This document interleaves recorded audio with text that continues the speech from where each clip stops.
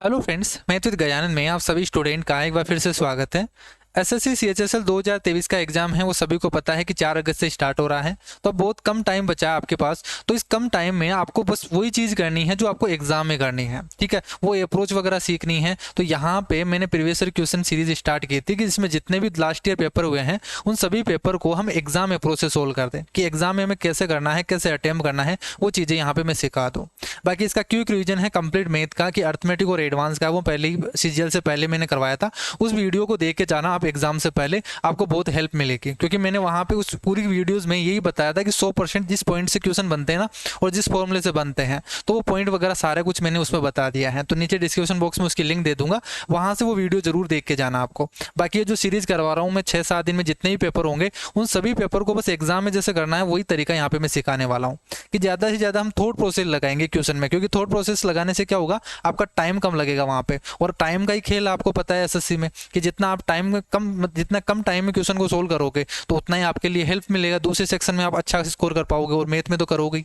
तो मायने रखती है आपकी स्पीड की, आप एग्जाम में कितनी स्पीड से क्वेश्चन को सोल्व करते हो। अगर आप बेसिक से करोगे तो वो 25 सवाल हैं, वही 30 मिनट 35 मिनट में भी नहीं हो पाएंगे। लेकिन उन 25 सवालों को कोशिश करना है कि आपको 15 मिनट 20 मिनट में आप कर पाओ। वो अप्रोच यहाँ पे मैं सिखाने वाला हूँ, ठीक है। स्टार्ट करते हैं, देखो बिना कुछ टाइम वेस्ट किए, क्योंकि बहुत टाइम आपके पास, बहुत कम टाइम बचा है। तो टाइम वेस्ट करने से क्या मतलब है। देखो, पहला आपको बोला है आपको स्कैन करना है। देखो जैसे स्क्रीन पे है ना, इस तरीके से सोचो आपकी ये मॉक टेस्ट है, और मॉक टेस्ट की तरह ही अपन यहाँ पे सोल्व कर रहे हैं, ठीक है।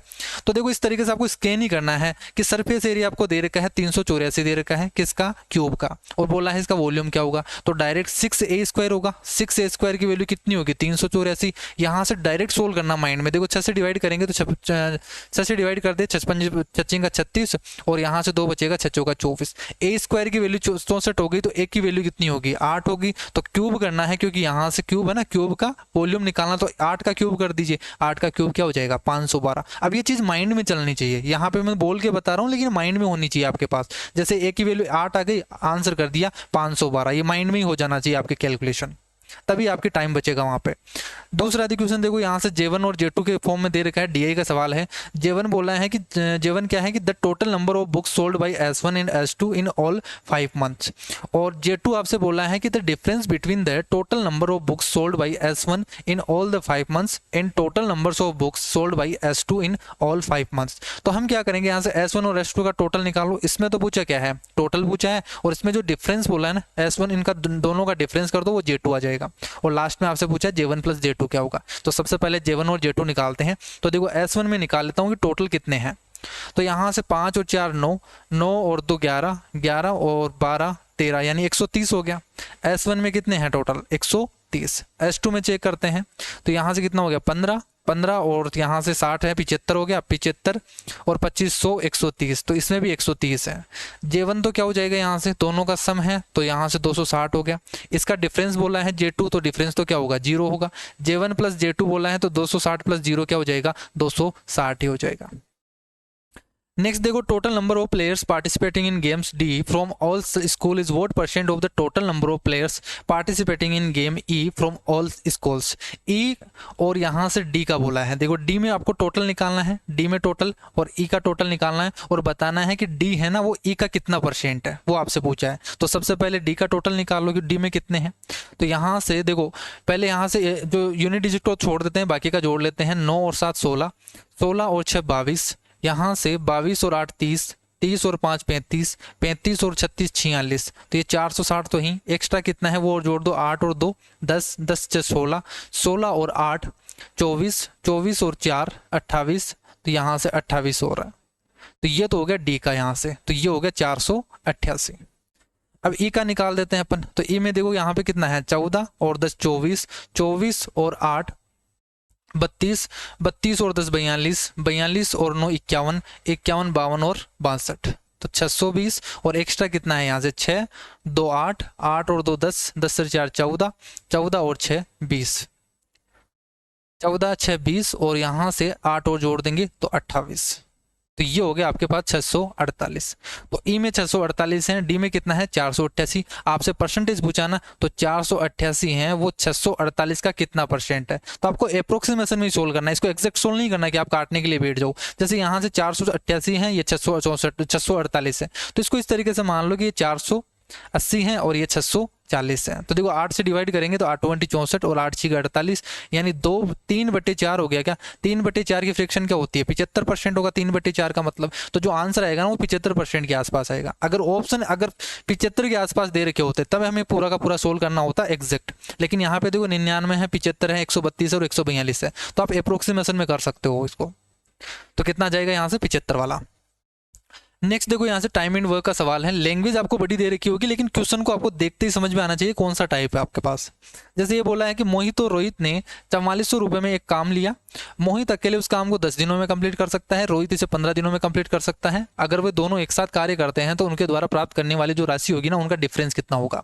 तो जब भी आपको अमाउंट दे रखा हो ना, तो उसको क्या करते हैं, उसको इसकी एफिशिएंसी के रेशियो में डिवाइड करते हैं। तो एफिशिएंसी रेशियो निकालना पड़ता है हमें। तो देखो मोहित और रोहित, इनके टाइम का रेशियो हम निकाल सकते हैं। इसके टाइम ये 10 घंटे ले रहा है, सॉरी 10 दिन ले रहा है, ये 15 दिन ले रहा है, तो रेशियो कितना हो गया 2:3 हो गया क्या। तो इनका टाइम का रेशियो हो गया 2:3। तो जो एफिशिएंसी का रेशियो होता है ना, टाइम के रेशियो का उल्टा होता है, यानी 2:3 है ना, तो 3:2 हो जाएगा। और जो एफिशिएंसी का रेशियो होगा ना, उसी रेशियो में हम डिवाइड करते हैं उसके अमाउंट को। तो 4400 रुपए हैं, इसको 3:2 में डिवाइड कर दो, तो 3 + 2 5 यूनिट की वैल्यू 4400 होगी। और इनका पूछा क्या है, इनका डिफरेंस पूछा है, यानी 1 यूनिट की वैल्यू निकालनी है। तो 5 से डिवाइड करोगे तो कितना आ जाएगा यहाँ से 880। नेक्स्ट देखो यहाँ से एक वस्तु को 10% की हानि पर, देखो बहुत अच्छा सवाल पूछा गया है यहाँ से। इसके दो तरीके में बताऊंगा यहाँ से। एक वस्तु को 10% हानि पर बेचा जाता है यदि इसके क्रय मूल्य में 5 रुपए की कमी की जाती है और विक्रय मूल्य में 8 रुपए की वृद्धि की जाती है, तो इस पर 10% का लाभ अर्जित किया जाता है। आपको बताना है वस्तु का विक्रय मूल्य क्या है। अब इसके करने के दो तरीके हैं। एक तो देखो यहाँ से प्रॉफिट एंड लॉस का कंसेप्ट लगाया, तो इसे बेसिक से सोल्व करना पड़ेगा। वो कौन सा तरीका होगा, बेसिक वाला तरीका पहले बता देता हूँ। कि जैसे बेसिक मानेंगे हम, क्या करेंगे, कॉस्ट प्राइस को 100 मान लेंगे। कॉस्ट प्राइस को हमें 100 अक्स मानना पड़ेगा, क्योंकि यहाँ से देखो परसेंटेज में दे रखा है और ये 5 रुपए है ना, इस तरीके से। तो यहाँ से कॉस्ट प्राइस मैंने 100 अक्स मान लिया। बोला है कि 10% हानि पे बेचता है, यानी सेलिंग प्राइस कितना होगा 90 अक्स रुपए होगा। अब इसने क्या बोला कि कॉस्ट प्राइस में अगर 5 रुपए की कमी कर दे। अब इसमें 5 रुपए की कमी कर रहा है, 5 यूनिट की कमी नहीं कर रहा है, ये यूनिट में चल रहे हैं। तो इसमें तो 5 रुपए की कमी करेगा, तो जो कॉस्ट प्राइस होगा ना, नया कॉस्ट प्राइस, वो कितना होगा 100 - 5 होगा। और सेलिंग प्राइस में 8 रुपए बढ़ा देता है, तो यहाँ से 90 + 8 रुपए कर देता है। तो ये कॉस्ट प्राइस हो गया, ये सेलिंग प्राइस हो गया नया। और बोला है कि 10% का प्रॉफिट हो जाता है। तो 10% का प्रॉफिट यानी 10 से 11 हो जाता है कॉस्ट प्राइस और सेलिंग प्राइस का रेशियो। तो यही तो है, यहाँ से 10 से ये 11 हो जाता है।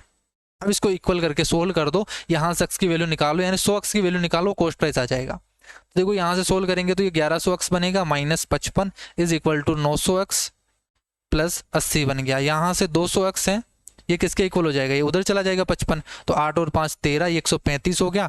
यानी 100 अक्स की वैल्यू, यानी कॉस्ट प्राइस तो है, हमने क्या माना, कॉस्ट प्राइस 100 अक्स माना था। तो 100 अक्स की वैल्यू कितनी हो जाएगी 135 डिवाइडेड बाई 2। और हमें क्या निकालना है, हमें निकालना है यहाँ से कि इसका सेलिंग प्राइस क्या है, वास्तविक सेलिंग प्राइस, यानी वास्तविक विक्रय मूल्य पूछा ना, यानी सेलिंग प्राइस। तो वास्तविक क्या होगा यहाँ से 90 अक्स, यही तो था कि पहले कितने में बेच रहा था वो 90 अक्स में बेच रहा था 10 रुपए का लॉस पे। तो इस 90 की वैल्यू निकालनी है आपको। 100 अक्स की वैल्यू पता है, 90 की वैल्यू निकाल दोगे यहाँ से। तो यहाँ से सोल्व कर दोगे तो देखो कितना आ जाएगा, 2 से डिवाइड करोगे तो 6 दूनी 12, या फिर पहले 9 से गुना कर दो आप। तो यहाँ से 9 से गुना करोगे 9 × 5 = 45, ये 4, 9 × 27 और 4 = 31, ये 3, और यहाँ से 9 और 3 12 डिवाइडेड बाई 2 कर दो। तो यहाँ से कितना आ जाएगा 6 दूनी 12, और यहाँ से 0 पॉइंट, और यहाँ से 15 डिवाइडेड बाई ये होगा ना, 6 2 दूनी 6 बार चला गया 12, 0 हो गया, और यहाँ से 7 5 हो गया। क्लियर है। तो देखो कॉस्ट प्राइस है ना, वो 135 डिवाइडेड बाई 2 आया है। ये कॉस्ट प्राइस है, ये 135 डिवाइडेड बाई 2 आ गया आपके पास। इस तरीके से सोच लो, आप इस तरीके से कर लो। देखो अगर इस तरीके से नहीं कर रहे हो कि आपके पास 100 अक्स, यानी कॉस्ट प्राइस आ गया 135 डिवाइडेड बाई 2, ये आ गया ना। तो यानी कितना हो गया 6 दूनी 12, और यहाँ से 15 हो गया ना, तो ये 67.5 होगा। और इसमें 10% का लॉस हो रहा है, यानी वो बेचेगा कितने में, 10 रुपए की चीज़ है और 9 रुपए में बेचेगा। तो फिर इसको इस तरीके से सोल्व कर दो, इस कैलकुलेशन का कर लो, तब भी आपके पास ये आ जाएगा। तो ये तो हो गया बेसिक तरीका, लेकिन बहुत बड़ा है ये मेथड।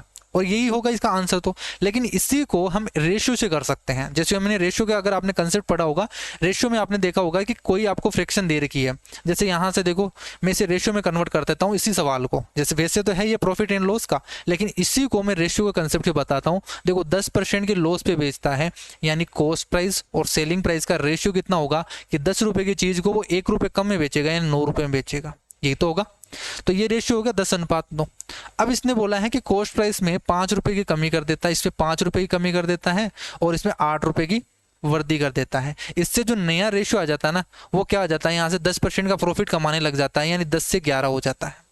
तो ये रेशियो का सवाल हो गया कि एक रेशियो दे दिया, ए और बी का रेशियो दे दिया, उसमें 5 कम कर दिया, इसमें 8 कर दिया, तो नया रेशियो ये बन गया, ये बन गया। तो आपसे पूछ ले यहाँ से इस यूनिट की वैल्यू क्या होगी, इस यूनिट की वैल्यू क्या होगी, तो वो तरीका निकालते कैसे हमें, वो तरीका आपको पता होगा। देखो क्या करते हैं कि जैसे हमें इन यूनिट की वैल्यू निकालनी है ना, इनको तो काट दो यहाँ से, इनको नहीं लेना, इनको छुपा दो, इनको क्रॉस मल्टीप्लाई करो।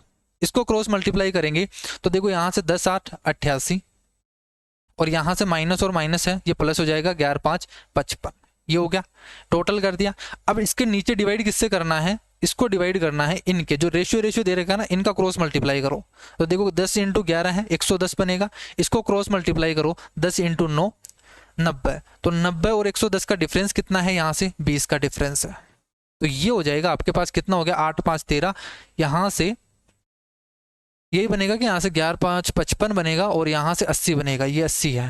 तो 8 5 13, ये 135, आपको शायद दिख नहीं रहा होगा यहाँ पे, तो ये क्या बनेगा 135 डिवाइडेड बाई 20, यही तो बनेगा।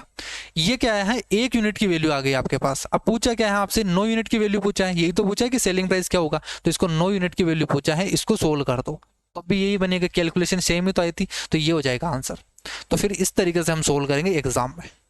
क्लियर है, आपने रेशियो में सीखा होगा। अगर किसी स्टूडेंट को ये नोट्स चाहिए ना, बिल्कुल टाइप वाइज चाहिए, तो डिस्क्रिप्शन बॉक्स में इसकी लिंक है। जितने भी नोट्स हैं मेरे पास, अर्थमेटिक के नोट्स हैं, रीजनिंग के हैं, इंग्लिश के हैं, कैलकुलेशन ट्रिक हैं, क्विक रिवीजन के नाम से हैं, तो जितने भी नोट्स लेना चाहते हो नीचे डिस्क्रिप्शन बॉक्स में आपको लिंक मिल जाएगी। बिल्कुल टाइप वाइज क्वेश्चन मिलेंगे, उसमें पूरा कंसेप्ट मिलेगा, उसके साथ में पहले बेसिक मिलेगा, फिर मॉडरेट के क्वेश्चन, फिर एडवांस लेवल के क्वेश्चन, और एवरी टाइप, जितने टाइप बन सकते हैं ना एक टॉपिक के, वो सारे के सारे टाइप आपको मिलेंगे उसमें। क्लियर है, तो लेना चाहिए वो ले सकता है, नीचे डिस्क्रिप्शन बॉक्स में आपके लिंक है, वहां पे क्लिक करके ले लेना। नेक्स्ट देखो, the production of refrigerator by A is what percent of the total the production of refrigerator by E.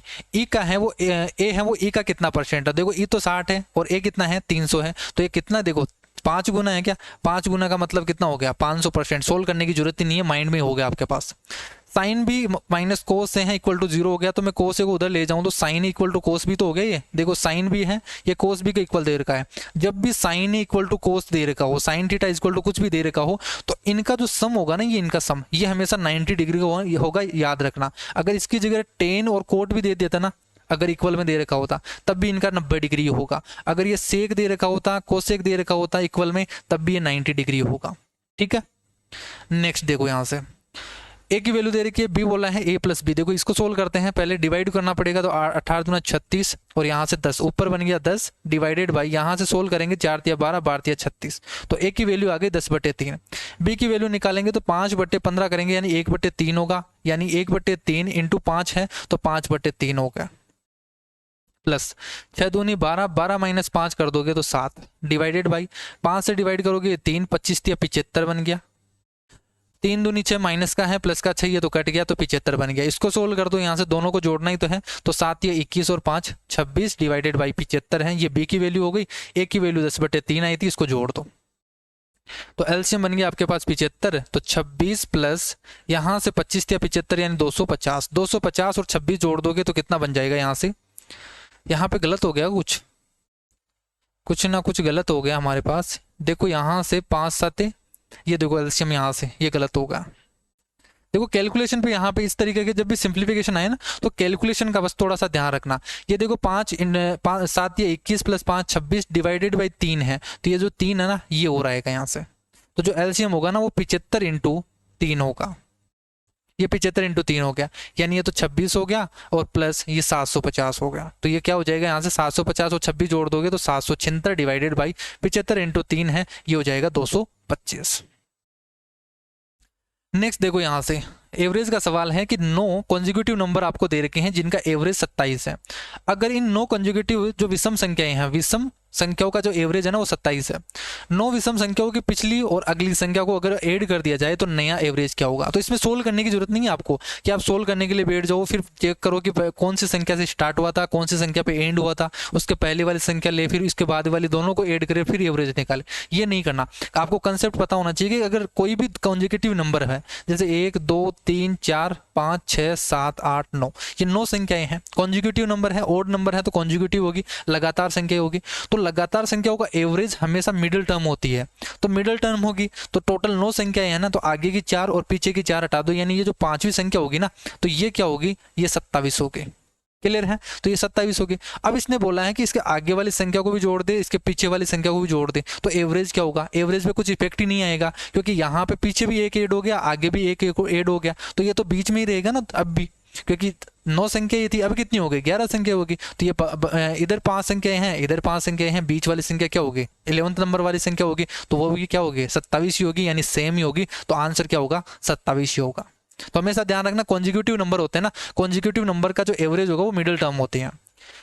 Next देखो, यहां से आपसे बोला है कि 2 सर्किल दे रखे हैं, सेकेंद्रीय सर्किल दे रखे हैं आपके पास। सेकेंद्रीय का मतलब यहां से कि दोनों का जो सेंटर होगा ना वो एक होगा। जैसे ये एक सर्किल है और ये एक सर्किल है, ठीक है, दोनों का सेंटर एक है। बोला है कि अक्स और 26 इनकी रेडियस है, अक्स की वैल्यू है वो 26 से कम है, यानी अक्स छोटी वाली रेडियस है। पी और एस है वो बड़े सर्किल पर बिंदु हैं, क्यू और आर है वो छोटे सर्किल पर है। पी क्यू आर एस एक सीधी रेखा है, तो इस तरीके से है ये पी क्यू आर एस, ये इस तरीके से, ये पी है, ये क्यू है, ये आर है और ये एस है। पी और एस बड़े वाले सर्किल पे हो गए, क्यू और आर है छोटे वाले सर्किल पे हो गए। आपसे बोला है ये देखो ये सेंटर हो गया, इसका सेंटर मान लो। क्यू आर की लेंथ आपको 40 दे रखी है, पी एस की लेंथ है वो 48 दे रखी है। तो देखो सेंटर से कोड पे जो परपेंडिकुलर डालते हैं वो इसको क्या करता है, इक्वली बाइसेक्ट करता है। तो ये वाले जो छोटा वाला सर्किल होगा तो क्यू आर की लेंथ आपको कितनी दे रखी है, 40 सेंटीमीटर दे रखी है। तो आधी क्या हो जाएगी, ये 20 हो जाएगी और ये भी क्या हो जाएगी, 20 ही हो जाएगी। क्लियर है, ये यहां से लेके यहां तक की डिस्टेंस। और ये 48 सेंटीमीटर दे रखी है पी से लेके एस तक, तो ये वाली क्या हो जाएगी, फिर इसके आधी हो जाएगी, ये 24 हो जाएगी। तो ये 24 हो गई। और ये वाली क्या होगी, ये रेडियस होगी, कौन सी, छोटी वाली यानी अक्स की वैल्यू। और ये क्या है, बड़ी वाली रेडियस बाहर। तो ये आपको दे रखा है 26, ये 26 दे रखा है। आपसे पूछा है अक्स का मान क्या होगा, तो कैसे निकालेंगे, देखो यहां से ट्रिपलेट आपको पता होगा। देखो यहां से सबसे पहले तो ये परपेंडिकुलर निकालना पड़ेगा, ये आपको लेंथ दे रखी है टोटल, ये 24 है, ये 26 है, तो ये एक तरीके से राइट एंगल ट्रायंगल बन गया क्या, कि ये 24 है, ये 26 है, तो ये वाले निकाल सकते हो आप। कैसे, देखो यहां से 24 है तो ट्रिपलेट आपको पता होगा 10 24 26 का ट्रिपलेट होता है, तो ये वाली ये वाली जो लेंथ होगी वो क्या होगी, 10 होगी, तो ये 10 होगी। ये देखो 10 आ गई, ये आपको पास 20 दे ही रखी है, तो ये वाली रेडियस निकाल सकते हो कि यहाँ ये वाली। तो ये क्या होगी, 20 का स्क्वायर प्लस 10 का स्क्वायर करोगे तो 400 प्लस 10 100 का 10 का स्क्वायर 100, तो 400 प्लस 100 500 हो गया। 500 का रूट करोगे तो 500 का रूट कितना हो गया, 10 रूट 5 हो गया। 500 का रूट क्या होगा, यहाँ से 100 का तो रूट क्या हो गया, 10 हो गया और ये 5 रह गया, तो 10 रूट 5 है, वो इसका आंसर आ जाएगा। नेक्स्ट देखो एल है, L1 आपको दे रखा है the difference between the total sales of A and B in all years. तो ए और बी में डिफरेंस निकालना है। The value of average sales of A in all years, A में टोटल निकालना है, इसका एवरेज निकालना है। तो देखो सबसे पहले तो इनका डिफरेंस निकालते हैं, इनको जोड़ दीजिए, 5 10 15 20 25 तो 250 हो गया, तो ये 50 और ये 2 ऊपर चला गया। 3 2 5 5 10 7 17 17 और 23 23 और 4 27, तो ये हो गया 2750। इनको जोड़ेंगे तो ये 25 होगा, वापस से यहाँ से 250 बनेगा। 2 हो गया 11 और 2 13, 13 और 8 21, 21 और 9 30, 30 और 5 35, तो ये हो गया 3550। इनका डिफरेंस पूछा है, तो देखो 2750 और 3550 के बीच में डिफरेंस कितने का हो गया, 3 और 800 का डिफरेंस। तो 800 का डिफरेंस यानी L1 800 है और L2 होगा वो क्या होगा, ए का एवरेज है, तो 2750 डिवाइडेड बाई 5 से डिवाइड करोगे तो 27 यानी 550 होगा, ये L2 हो गया। L1 और L2 में रेशियो बताना है, तो 0 से 0 काट दो और यहाँ से 5 से कट रहा है, तो 16 5 80 और 11 5 55, तो जो रेशियो आ गया वो 16:11 आ गया। आपको यहाँ से एग्जाम में देखो एक चीज देखनी है, आपको एग्जाम में क्वेश्चन को बिल्कुल आराम से करना है। स्पीड से तो करना ही, ऑटोमेटिक होगी, स्पीड तो बढ़ जाएगी, थोड़ी सी कैलकुलेशन अगर आप माइंड में करोगे, वहां पे घबराना नहीं है। अगर आप घबरा गए ना वहां पे, तो घबराते ही आपका क्या होगा कि आप जल्दीबाजी में क्वेश्चन को ऐसे उल्टा सुल्टा लिखोगे। आप जैसे उल्टा लिख दिया, इधर लिख दिया, कुछ भी मिस्टेक कर दिया आपने, तो फिर वो टाइम ज़्यादा लगेगा, टाइम ज़्यादा लगते ही आपके माइंड में ऑटोमेटिकली प्रेशर बढ़ जाएगा कि टाइम कम है, टाइम कम है, तो फिर वो क्वेश्चन भी गलत हो जाएगा, आपकी एक्यूरेसी बिगड़ जाएगी फिर। तो आपको क्या करना, आराम से करना है। अगर टाइम भी कम बचे ना, कोशिश करना है बिल्कुल आराम से काम रह के आप करो, क्योंकि उसमें स्पीड ज़्यादा बढ़ती है। नेक्स्ट सवाल देखो, यहाँ से एक स्कूल में लड़कियों और लड़कों का एवरेज है ना वो 30 और 36 है। यदि लड़कियों की संख्या है वो लड़कों की संख्या के दुगनी है, तो देखो 2:1 है क्या, गर्ल्स और बॉयज का रेशियो आपको दे रखा है।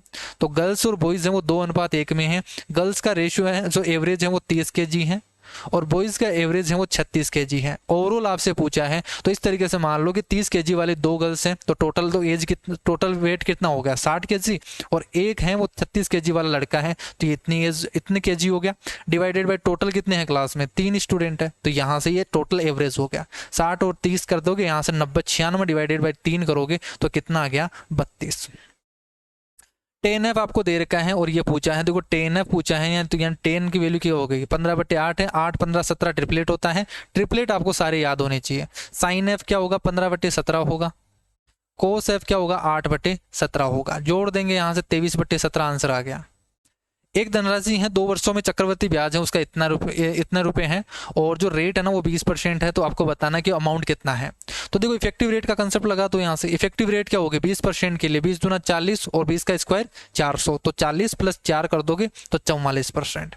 तो 44% क्या है, उसका कंपाउंड इंटरेस्ट है। तो इस 44% की वैल्यू आपको दे रखी है 4180। तो आप डायरेक्ट इस तरीके से लिखो, एक लाइन में लिखना है कि 4180 है ना, ये किसकी वैल्यू है, 44% की वैल्यू है। 100% की वैल्यू निकाल दो तो ये क्या आ जाएगा, आपके पास प्रिंसिपल आ जाएगा। बस इसको सोल्व कर दो, आंसर आ जाएगा। देखो 4 से डिवाइड कर दो, तो यहाँ से, या फिर 11 से ही डिवाइड कर दो आप। देखो 11 चौक 4 से डिवाइड करोगे, और यहाँ से 11 से डिवाइड कर दोगे तो 11 33, और यहाँ से बचेगा 7 और 8 11 8 88। 4 से डिवाइड कर दोगे तो कितना आ जाएगा, 4 × 32, 4 9 36 और 4 5 20, 9500 आ गया इसका आंसर। तो एक लाइन में मतलब इतना शॉर्ट करना है आपको एग्जाम में, बस इतना ही लिखना है आपको एग्जाम में। ज़्यादा कुछ लिखोगे तो फिर टाइम ज़्यादा लगेगा। एक कोड है वो एक कोड CD है जो वर्त के सेंटर पर 180 डिग्री का एंगल बनाती है। 180 डिग्री का एंगल बनाती है, इसका मतलब क्या है कि जो कोड है ना वही क्या है, डायमीटर है। तो डायमीटर है, तो रेडियस आपको 14 सेंटीमीटर दे रखी है। इसकी कोड की लेंथ का मतलब इसका डायमीटर पूछ लिया, तो 14 का डबल कर दो, 28 सेंटीमीटर आ गया। ये फर्स्ट शिफ्ट में भी आया था, सेम सवाल आया था। एक्स वाई जेड में वाई है वो 90 डिग्री है। एक्स वाई जेड में क्या है, ये वाई है, ये 90 डिग्री है, और वाई एन है वो परपेंडिकुलर है एक्स जेड पे, ये परपेंडिकुलर है। ये बहुत अच्छा कंसेप्ट है, ठीक है। इस पे बहुत सवाल पूछे गए थे, अभी तो कम कर दिया इस पे, लेकिन 2019-20 में बहुत सारे सवाल पूछे गए थे इस टॉपिक से। हर एग्जाम में यही सवाल पूछा गया था। यदि एक्स वाई आपको दे रखा है कि ये 30 सेंटीमीटर है, एक्स जेड है ये टोटल है, ये 34 सेंटीमीटर है, तो आपसे पूछा है कि वाई एन की वैल्यू क्या होगी। तो देखो यहाँ से एक कंसेप्ट आपको पता होना चाहिए कि अगर ये राइट एंगल ट्राइंगल है ना, ये साइड ए है, ये बी है, ये सी है, तो ये जो परपेंडिकुलर होगा ना, ये परपेंडिकुलर, इसका निकालने का तरीका क्या है, a × b, base into height divided by hypotenuse, AB/C होता है। अब आपको देखो इसकी परपेंडिकुलर दे दिया, हाइपोटेनस दे दिया, बेस नहीं दिया, लेकिन निकाल सकते हैं अपन ट्रिपलेट से। तो 30 और 34 है ना, तो देखो यहाँ से किसका है, ये 15 और 17, 8 15 17 का ट्रिपलेट होता है, यानी ये क्या होगा, 16 होगा। ये 16 हो गया, तो ये वाली लेंथ आप निकाल सकते हो, ये क्या होगी, 30 × 16 divided by 34, AB divided by C। तो यहाँ से सोल्व कर दो, ये 8 डिवाइडेड बाई 17, 8 या 24, 240 डिवाइडेड बाई 17, इसका आंसर आ जाएगा। नेक्स्ट देखो बहुत इजी सवाल है, डिविजिबिलिटी रूल का एक सवाल है, वो फिक्स रहता है कि आएगा ही आएगा आपके पास। 9 से डिविजिबल है तो अक्स का मान बताओ। जहां पे 9 बन रहा है उनको काट दो। देखो 7 और 2 9, 5 और 4 9, अक्स + 1 है वो 9 से डिविजिबल होना चाहिए, यानी अक्स की वैल्यू क्या होनी चाहिए, यहाँ पे 8 होनी चाहिए, तभी तो 9 बनेगा। यहाँ से 8 + 1 9 बन जाएगा, तब ये डिविजिबल हो जाएगा। 3 संख्याएं हैं, 2:3:5 के अनुपात में है। सबसे बड़ी संख्या और सबसे छोटी संख्या का जो सम है ना वो 9800 रुपये है। सॉरी 9800 है, सबसे बड़ी और सबसे छोटी संख्या का डिफरेंस बताना है। एक लाइन में लिखो ना आप यहाँ से कि 9800 है वो सबसे बड़ी और सबसे छोटी संख्या का सम है। सबसे बड़ी संख्या और सबसे छोटी संख्या 2 और 5 है, तो 5 और 2 7 यूनिट की वैल्यू आपको दे रखी है। पूछा क्या है, इनका डिफरेंस पूछा है, तो कितना है 3। तो बस इसको सोल्व कर लो, आंसर आ जाएगा 14 7 98, 14 3 42। एक संख्या को सक्सेसिव 20% और 30% बढ़ाने के स्थान पर 22% घटा दिया गया, तो जो परिणामी मूल संख्या है ना, परिणामी मूल्य आवश्यक सही मूल्य का कितना परसेंट है, इंग्लिश में पढ़ लीजिए आप। Instead of increasing A number successively by 20% and 30%, it is decrease by 22%। Resultant value is what percent of the required correct value, ये पूछा है। तो क्या है कि कोई भी संख्या है, जैसे एक संख्या है, संख्या को 20% और 30% सक्सेसिवली बढ़ाना था, लेकिन उसने क्या कर दिया, किसी स्टूडेंट ने वो 22% उसको घटा दिया। तो अब बोला है कि जो रिजल्टेंट वैल्यू आई है वो कितना परसेंट है करेक्ट वैल्यू का। तो देखो जैसे मैं मान लेता हूँ कि वो संख्या 100 है, तो 100 पे 20% और 30% जब सक्सेसिवली इंक्रीज करेगा, तो फॉर्मूला आपको पता है कि 30 + 20 50, a + b + ab / 100, तो 30 + 20 50 प्लस 30 × 20 तो 600 होगा। 600 डिवाइडेड बाई 100 करेंगे तो 56, तो 56% बढ़ेगा, यानी 156 होगी रिजल्टेंट वैल्यू। तो जो 156 होगी, अब ये बोला है कि उसको 22% घटा दिया गया, तो 22% घटा दिया गया इसके स्थान पे, तो वो कितना हो गया 78%। तो ये संख्या 78 हो गई। तो ये बोला है कि जो रिजल्टेंट वैल्यू आई, जो 78 आया ना, ये जो 78 आया रिजल्टेंट वैल्यू है, जो करेक्ट वैल्यू की कितना परसेंट है, 156 का कितना परसेंट, तो ये 1/2 ही तो होगी। 1/2 की फ्रैक्शन क्या है 50%, ये हो गया आंसर। एक पुस्तक को, देखो मैं यहाँ पे एग्जाम वाले तरीके बता रहा हूँ, केवल आपको 2 से 3 डिजिट इतने ही लिखने हैं आपको। ये बाकी का जो मैं कैलकुलेशन कर रहा हूँ ना, ये भी आपके माइंड में ही करना है। ये 1/2 ये यहाँ पे लिख रहा हूँ, ये लिखना नहीं है आपको एग्जाम में। जैसे ये हो गया ना, देखते हैं आंसर आ गया, बस टिक कर दो, माइंड में हो गया। 78 डिवाइडेड बाई 156, इसका डबल ही है, 1/2 हो गई। 1/2 की फ्रैक्शन क्या होती है, यहाँ से 1/2 की परसेंटेज क्या होगी 50% हो गई यहाँ से। जैसे ये बोला है कि एक पुस्तक का जो अंकित मूल्य है मार्क प्राइस के 8/15 भाग पे बेचने पर, 8/15, देखो फ्रैक्शन आपको पता होनी चाहिए, 8/15 है, यानी इसका मतलब क्या है कि 15 रुपये, अगर मार्क प्राइस 15 रुपये है, मार्क प्राइस 15 रुपये है, तो 8 रुपये में बेचेगा वो इसको, तो 8 रुपये में सेलिंग प्राइस इसका हो गया। अब जब वो बेचता है तो उसको 20% का लॉस होता है, तो 20% का लॉस होता है। लास्ट शिफ्ट में भी आया था सेम सवाल कि देखो 8% का, सॉरी 20% का लॉस होता है, तो जो 8 रुपये है ना वो 20% कम लॉस, मतलब लॉस के बाद में इतने रुपये में बेचा गया है। तो 8 है वो 80% की वैल्यू है, 100% की वैल्यू आप निकाल दोगे, तो यहाँ से कितना आ गया आपके पास 10 रुपये आ गया इसका कॉस्ट प्राइस। बोला है कि मार्क प्राइस और कॉस्ट प्राइस का रेशियो कितना होगा, 15 और 10 का रेशियो कितना है, तो ये हो गया 3:2।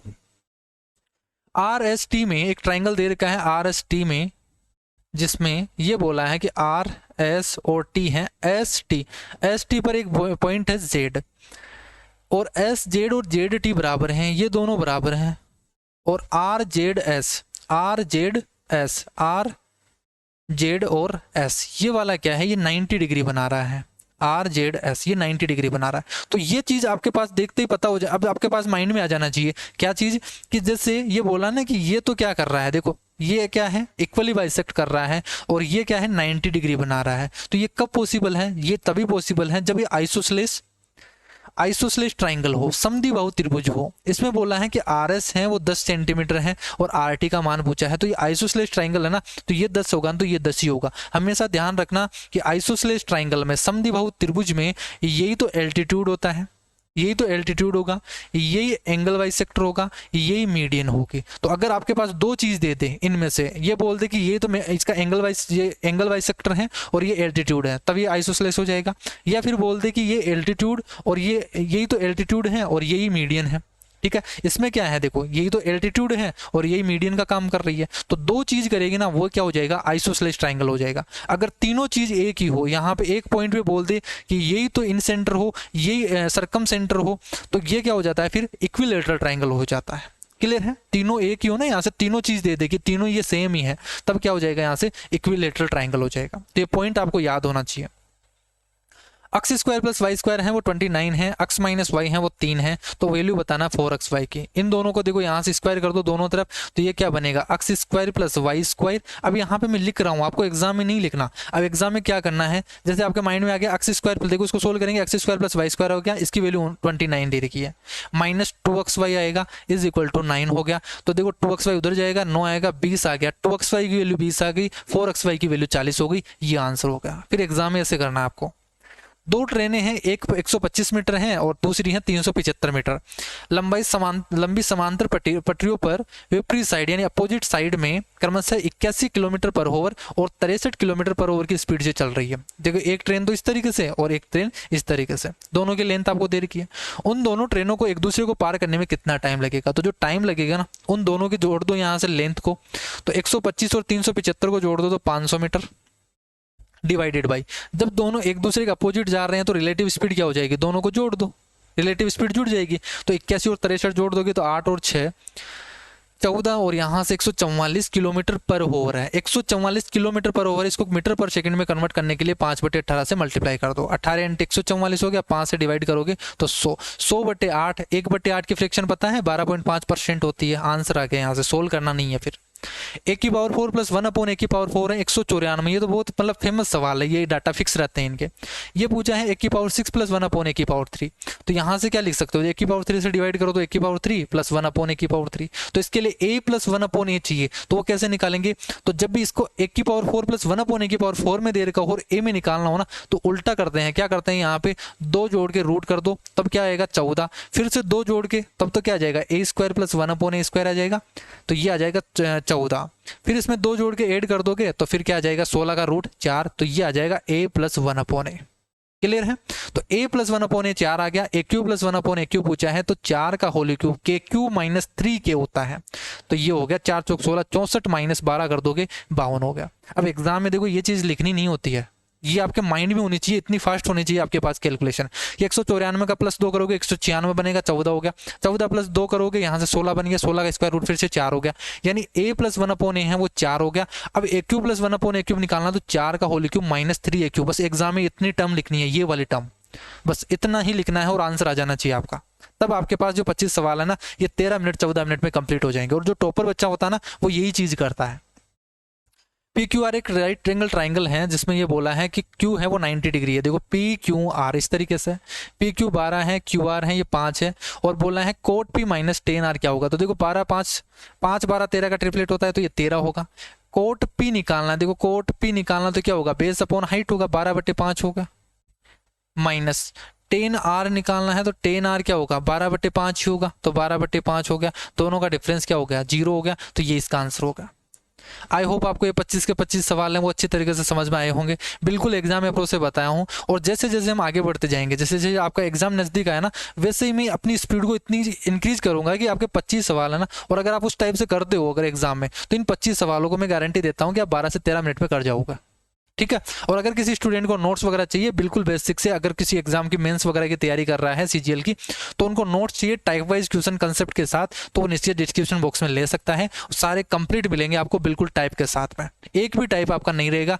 2010 से लेके अभी तक के सारे सवाल के जितने टाइप बन सकते हैं ना, वो सभी टाइप उसमें इंक्लूड है। अगर आप उस नोट्स को कर लेते हो ना, उन नोट्स को कर लोगे, तो 2010 से लेके अभी तक के जितने भी टाइप बन गए ना, कोई सा भी क्वेश्चन उठा लेना, आपका क्वेश्चन हो जाएगा वहां से। ठीक है, तो आई होप आपको ये चीज़ें हैं अच्छी तरीके से समझ में आई होंगी। कमेंट करके मुझे बता देना कैसी लगी आपको आज की वीडियो, और आज के लिए इतना ही। नेक्स्ट क्लास में मिलते हैं एक नई शिफ्ट के साथ, तब तक के लिए bye bye, take care and thank you.